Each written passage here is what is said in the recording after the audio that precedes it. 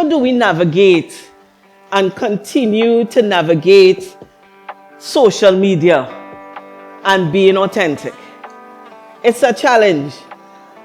I find myself every now and then making sure I have on the right top and putting on a dress that would make me look like a size 2. That's not funny, that's true. Just say. But however, it's a challenge. And I would really like to thank Dr. Seeley for introducing the idea of authenticity. So when we look at authenticity, in order for you to be a friend, in order for you to attract friends, the Bible tells us we need to do what? First, show ourselves friendly. So I want you to do a little activity for me. Turn to the person next to you and tell them your second name. You don't have a second name? Of course you do. I didn't say.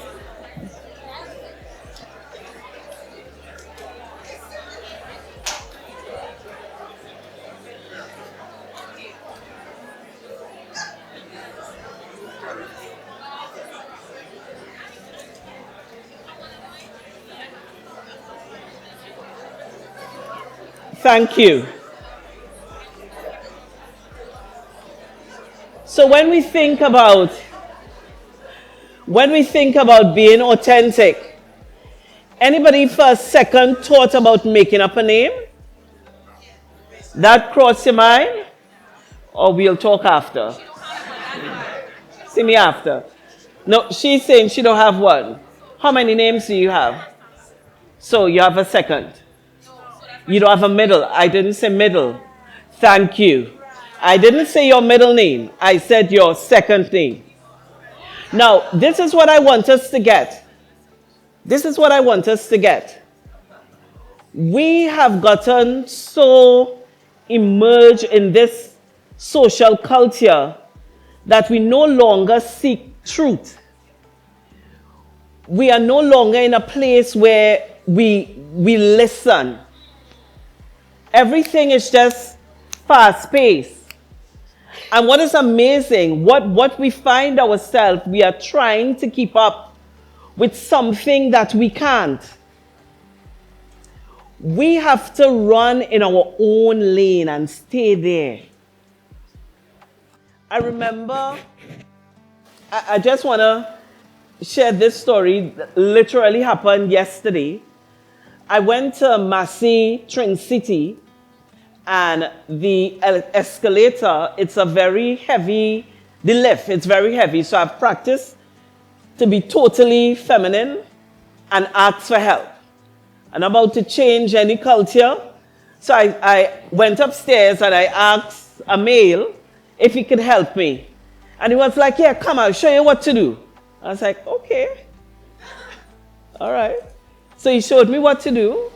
And I was very thankful that he showed me what to do and he carried down the escalator. On my way coming up, obviously I would have to get help. And there was this young man that his present became present in an amazing way. When he entered the little queue, there were about 10 of us standing there. And he said a resounding afternoon with a really warm voice. You could not have missed it. And then when I look around, I asked for help. I said, could somebody help me? And he volunteered. I'm trying to remember his name now. I actually recorded it because I didn't want to forget his name. And he came and he helped me. And I have a new, nice walk. So I walked up this step. And I heard some step feet running up the stairs. And he turned to me, he said, I don't think I would have left you and allowed you to take it off yourself. Now that spoke authenticity. This young man didn't know me, I didn't know him, but he decided to be present in that moment. And what the social media era, what us not being authentic, what it has done, it has allowed us to be absent even when we are present. Behavior do not discriminate. It doesn't. So I am sure if I should see this young man some other place, he would have what I refer to and what the Bible referred to as an excellent spirit. Now, when we think about social media, I want just to stay there for a moment. When we think about social media as young persons, as adults, what I'm always confused is why would I be sitting or have the opportunity to interact or engage with another human and decide to do it with a device? So it's everybody knows when they come in by Auntie Tessa, what usually happens? There is a phone basket. So when you sign up to come by me, and it's usually for the entire day that goes into around 11 in the night, your phone goes in a basket. And if for some reason I see you with your phone, then your phone comes and lives for the rest of the day with Auntie Tessa. Now, why am I doing that? I'm just a 52-year-old sad woman. Okay, that was not a joke either. You all are missing all my. I said a few, I'll leave that alone. I'm not. What it is, what happens at the result of that is total engagement. Total engagement. And I just want to read the last part of the slide there. Authenticity is often associated with what? Sincerity, integrity, and this guy, we all know, well, we all have heard about C.S. Lewis. And what he says about integrity. Integrity is doing the right thing when no one is watching. And I just want to go back to that story I told about that young man. Nobody was watching. He didn't have to do what he did for a total stranger. And when I finished, did my order, did my delivery, I saw him downstairs and I give him a nut cake and he was like, "You don't need to." I said, "I know I don't, but I really want to." The Bible tells us to do what? Search me, O God, and know my heart. Test me and know my anxious ways. I just want to rest there. Research is showing as a result of our fascination and our hold, this thing that social media has on us, we have a society of anxious young ladies. Anxious young men too, but however, the suicidal rate among young ladies is more than young men. And it comes straight out of that desire to compare. We have, I want to look like the next person. And when I put up a video, or I put up a picture and there isn't the amount of likes that I want, then I feel diminished. It's an instant, and what is happening, what has happened through social media, our neurological pathways are being transformed. It's changing. And neuroplasticity is happening not in a positive way, but it's in a negative way. A lot of us are addicted because every scroll is a dopamine hit. Every scroll is a dopamine hit. Just as if we were pulling a slot machine. But we need to remember, in order for us to have friends, in order for us to engage and interact with persons, I have to be present. I have to be present. It means where I'm standing, where my feet is planted, I must be willing to be engaging or to be engaged. I must be willing to interact with the next warm person next to me. Know my thoughts. Anything that is in me that offends you, lead me along the path of everlasting. And that is our desire. Our desire is for us to end up in that place where we could enjoy God's presence eternally. I like this picture. It came with the PowerPoint. I wish I found it myself, so I left it. It shows laughter. You all don't want to be in that. You all not interested to find out what they're laughing about? I want to. Okay, this group here. You all set them up for me? Okay. All right. Thank you, ladies. Self-awareness. So you all really don't want to know what? Okay. But you all want to know here, right? Thank you. Thank you, Gerald. Gerald wants to know. I don't know either, but this has been lost on us. Think about it. When last you have had a good belly laugh with a group of friends? Right through. And what social media has done is take away this joy of us engaging, this one-on-one, this face-to-face, this interaction. In order for us to have friends, we need to be self-aware. I need to understand me. I need to know what I am bringing to the table. And that young man on yesterday brought kindness to the table. And I'm sure wherever he goes, because remember, behavior don't discriminate, he will bring that kindness. Oh, my clicker is not clicking. Okay. Now, when we think about self-awareness, I want to go down. It involves a deep exploration and reflection to one inner experience and the fact that shapes them. When we think about who I am as a person, am I okay with it? Am I really okay with me? And I need to be okay with me, understanding my self-awareness and understanding myself. It requires me to be honest with my faults and my good parts. It requires me to know what I'm carrying into a friendship. Clicker not clicking, but that's fine.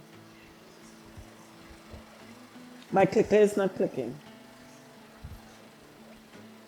Okay.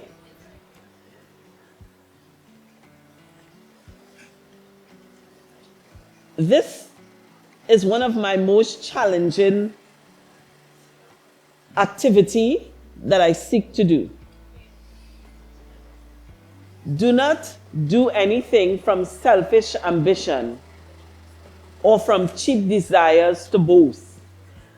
My husband, who, when I heard we are married 29 years also, my husband, he will do the world of things and you never have to commend him. He's fine. Don't mention his name. He don't have to be seen. When I do something, call me out. Sister Hospedales was there. Auntie Tessa did this. When I contribute, recognize me. I'm just saying. Now, I know that's about me, so I am working on it. Because there's a Bible text that says I'm doing it for selfish ambition. And as a friend, I need to make sure that when I connect with a person, I am connecting with that person, it must be not because of what they could do for me. It's not whether or not this person could give me something. It should be as a result of humble, considering, this one is a tough one too, considering others better than myself. Really? I know a couple of people I'm better than. Just saying. But the Bible is telling me, as an authentic person, I need to esteem others better than myself. And I wonder, I would ask why. Why I need to do that. It means that if I do that, I would be of service to others. An authentic person, we're talking about friendship. We must be really emotional intelligent, and I love self-regulation. It's just one element, one of the elements of emotional intelligence as it relates to self-regulation. The person who tells me from the Bible, I'll carry you to even the part of the Bible, Galatians, that speaks about self-regulation, will get a crafting or something. Self-regulation, anybody? Galatians, right, sister? Tell me what? No, you're not going to get it because you didn't tell me what word. Tell me the word. Self-control. Yeah, but she's not going to get it. You know, let me tell you why. Let me tell you, this one's saying, wow. Could you stand so they could see your face? She has my face. So you know those, and I'm not getting carried away, promise. You know those, when you have a competition, they say once a person is part of the business or part of the whatever. Yeah, she thinks like me. Yeah. My name is Tessa, her name is Tuska. Hint, hint. Self-regulation. Self-control. How many of us have mastered that? That's self-control.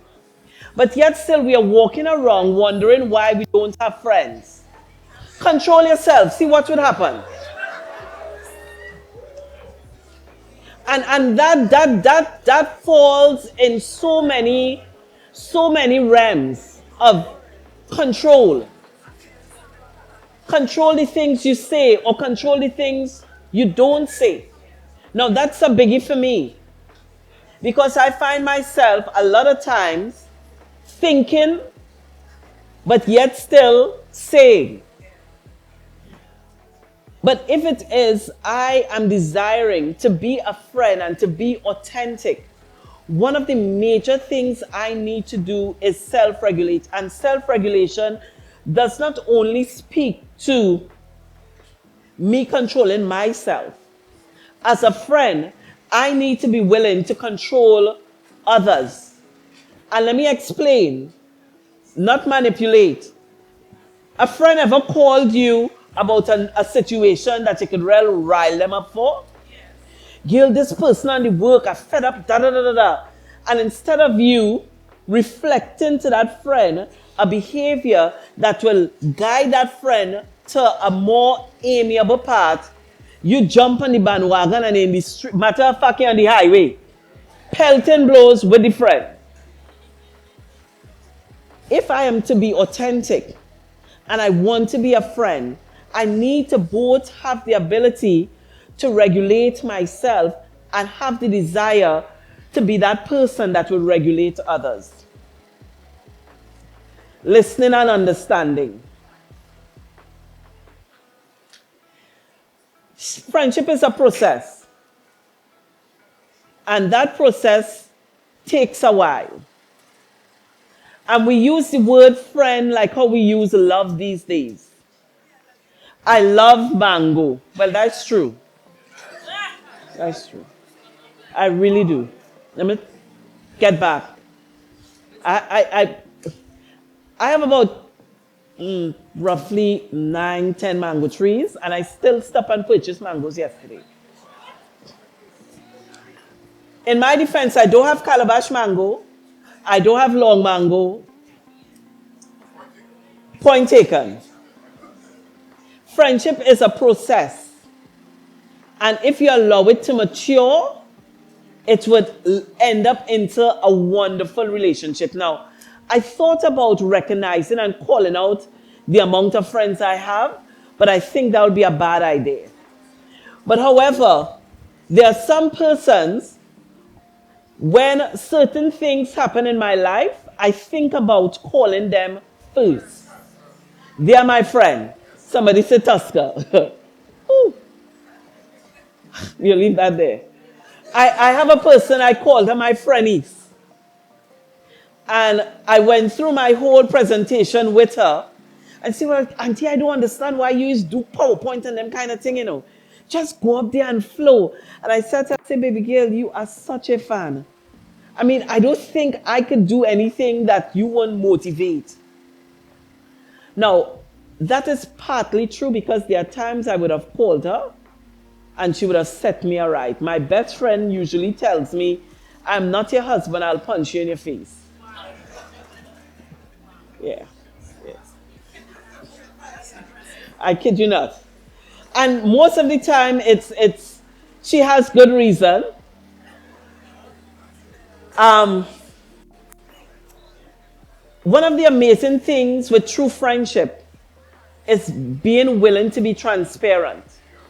I remember coming home at night on the highway, and I was thinking about a person who I consider my best friend. And I said this prayer. I said, Lord, I would love for my best friend to call me now.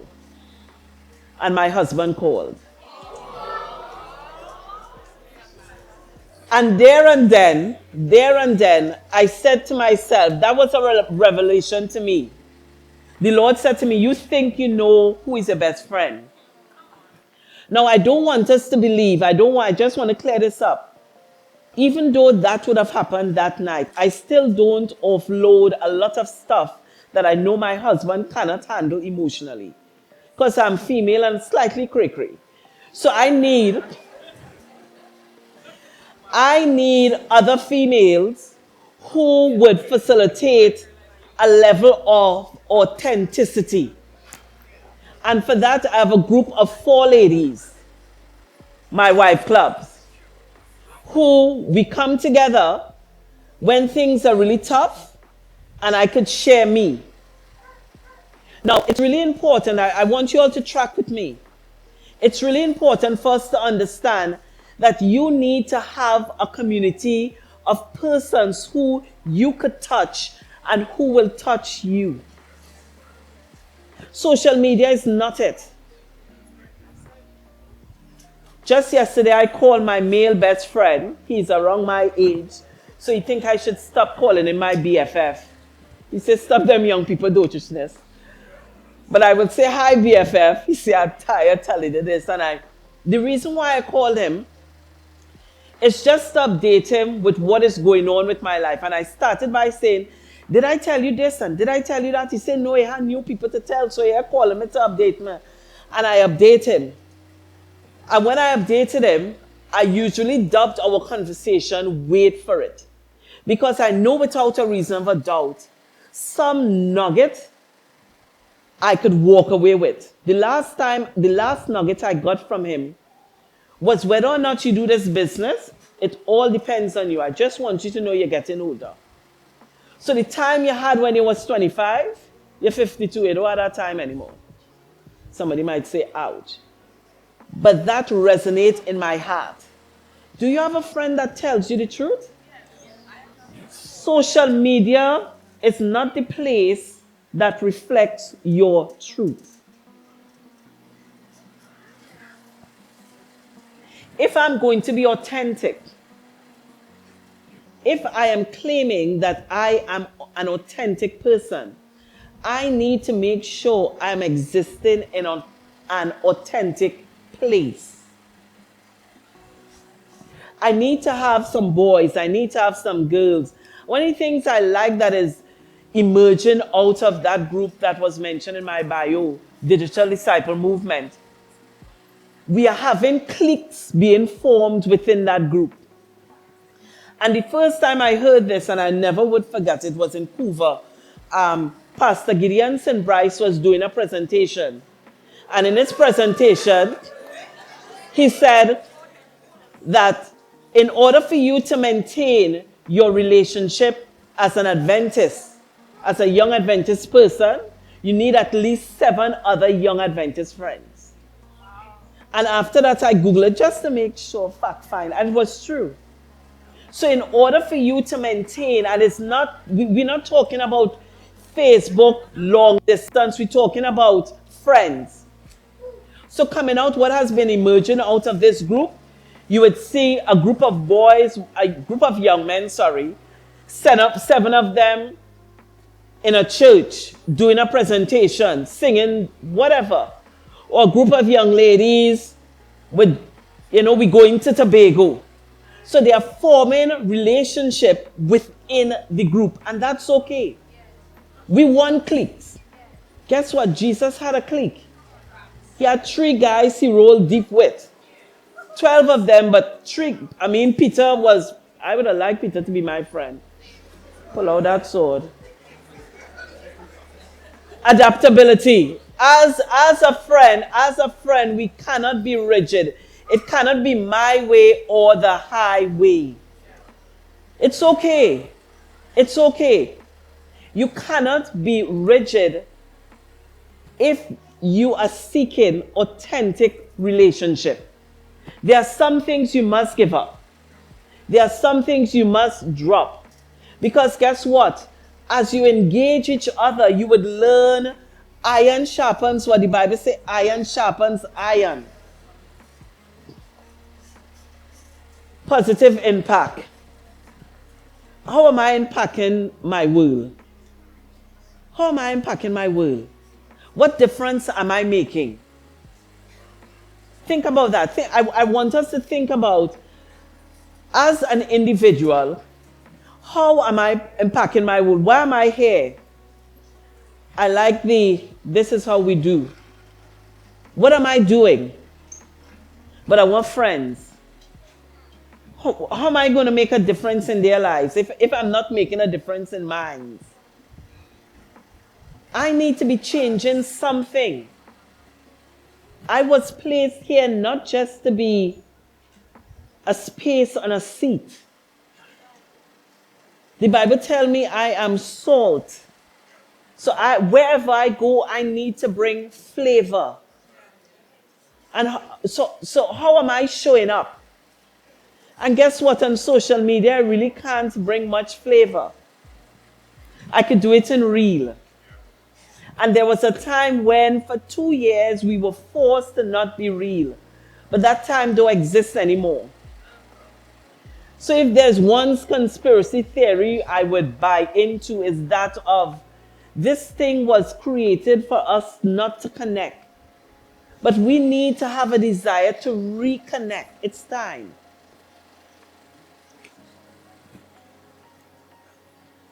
Building trust. Let's see how we could build trust. When I thought about this, I thought about persons who would have allowed me to lose trust in them. And I decided, guess what? It's not as serious. Let's take a go at it again. And there's one person, I'm not going to mention the name because I didn't ask permission. There is one person, for years we were estranged from each other. And when that person re-entered back my life, I wondered what I was doing. Why did I allow my childish, that's the word that came to my mind, attitude, allow this person that was so dear to me not exist in my space?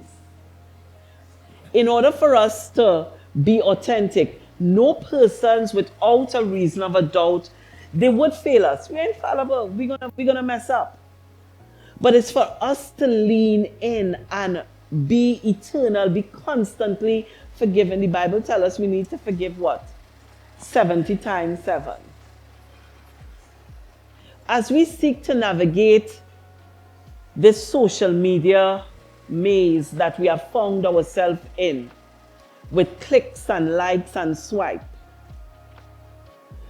my desire for you is to be present when you are present. I'll say that again. My desire for you is to be present when you are present. Thank you.